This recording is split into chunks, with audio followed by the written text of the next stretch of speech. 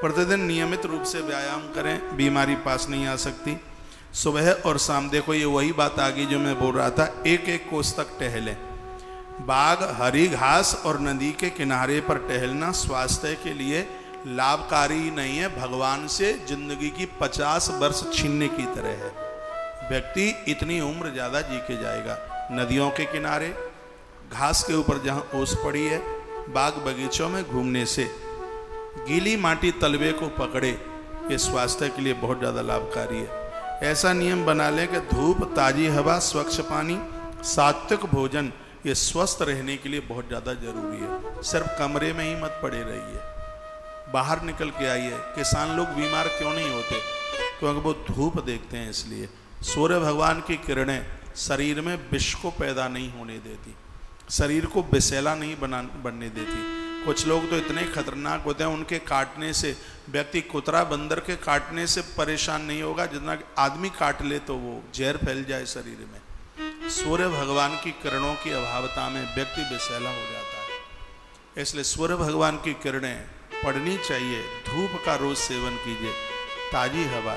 सुबह 4 बजे से अपना कूलर एसी बंद कर दीजिए, खिड़कियाँ खोलिए और आपको प्राकृतिक हवा का लाभ मिले।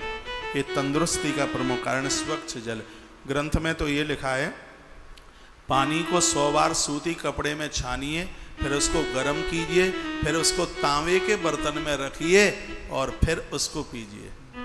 दूध और पानी जितना स्पीड में पियोगे उतना ज़्यादा लाभकारी है, और भोजन जितना धीमे करोगे उतना लाभकारी है। बहुत ध्यान से सुनेंगे इस बात को, फिर रिपीट कर रहा हूँ। पानी और दूध, इसको जितना आप स्पीड में पिएंगे ये उतना लाभकारी है, और भोजन जितना चबा चबा कर, बताया गया कि 1 ग्रास को 32 बार चबाने पर वह भोजन अपनी पूरी पुष्टता देता है। पानी तो जल्दी पीजिए, उठा करके नहीं, होठ डूबने चाहिए पानी पीते समय। पानी और दूध जल्दी स्पीड में और भोजन धीमे धीमे पीजिए। तो सात्विक भोजन स्वस्थ रहने के लिए बहुत ज़्यादा जरूरी है। स्वस्थ शरीर में ही तो स्वस्थ मन टिक पाएगा। स्वस्थ शरीर होगा तभी तो मन स्वस्थ होगा। स्वस्थ शरीर में ही स्वस्थ मन निवास करता है। जब आपका तन स्वस्थ होगा तब आपका मन भी अच्छी अच्छी बातें ही सोचेगा। इसलिए शरीर को स्वस्थ रखिए। तेज रोशनी आँखों को अंधा कर देती है, इसलिए ऐसे बल्ब, ऐसी ट्यूबलाइटें ना लगाइए कि वो आपकी आँख के ऊपर सीधा असर डालें। इसलिए मैं कितनी बार कहता हूँ रात को आप लाइट बंद करके ही सोएं। फिर लिखा है कि स्वाद के लिए भोजन करें, स्वाद के लिए आप भोजन करें, ये बहुत बड़ी अज्ञानता है। भोजन स्वाद के लिए नहीं, भोजन स्वास्थ्य के लिए ही होना चाहिए। बहुत लोग तो स्वाद के लिए भोजन करते हैं। फिर कहा जल और दूध तेजी से, जो अभी मैं आपको बोल ही रहा था, सुबह और शाम के भोजन में 8 से 10 घंटे का अंतर होना चाहिए। सुबह दोपहर आपने 12 बजे भोजन लिया है तो शाम का भोजन 8 बजे।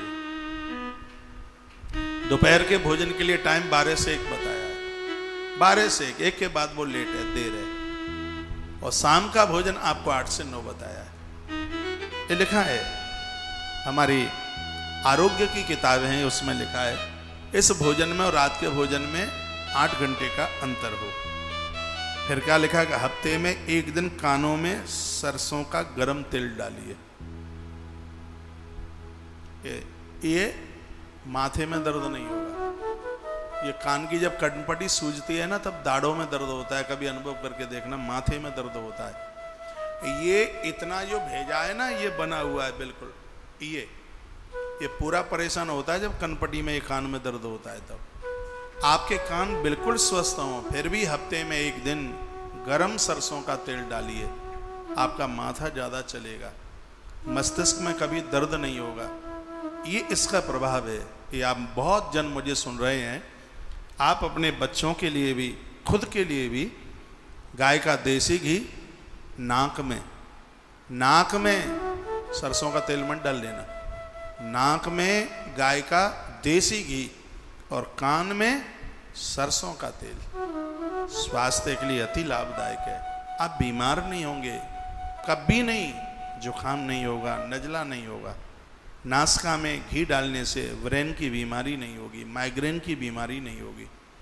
कान में तेल डालने से मस्तिष्क की जितनी बीमारियां हैं वो सब दूर रहेंगी, कोई दिक्कत नहीं होगी किसी भी प्रकार की। इसलिए हफ्ते में एक दिन कान में सरसों का तेल गर्म करके, ज़्यादा खौलता हुआ नहीं कि पूरी कनपटी जल जाए, ऐसा ना कर बैठना।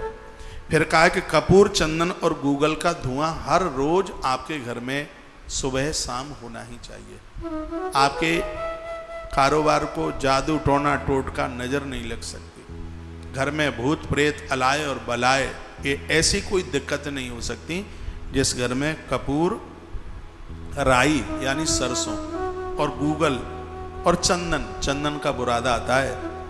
तो एक उपला जलाकर उसके ऊपर ये सब चीज़ें डालिए, बन जाए तो खसखस और डाल लें उसके ऊपर, और ये सब पूरा धुआं अपने घर में, ये आपके घर में बहुत आनंद होगा। सब अलाए बलाएं उल्टा पुल्टा सब घर के बाहर होगा। रोग घुस नहीं सकते उस घर में जिस घर में ये धुआं लगता है। प्रतिदिन 5 से 7 तुलसी के पत्ते, ये ग्रंथ में लिखी हुई बातें मैं आपको निवेदन कर रहा हूँ, 5 से 7 पत्ते, थायराइड नहीं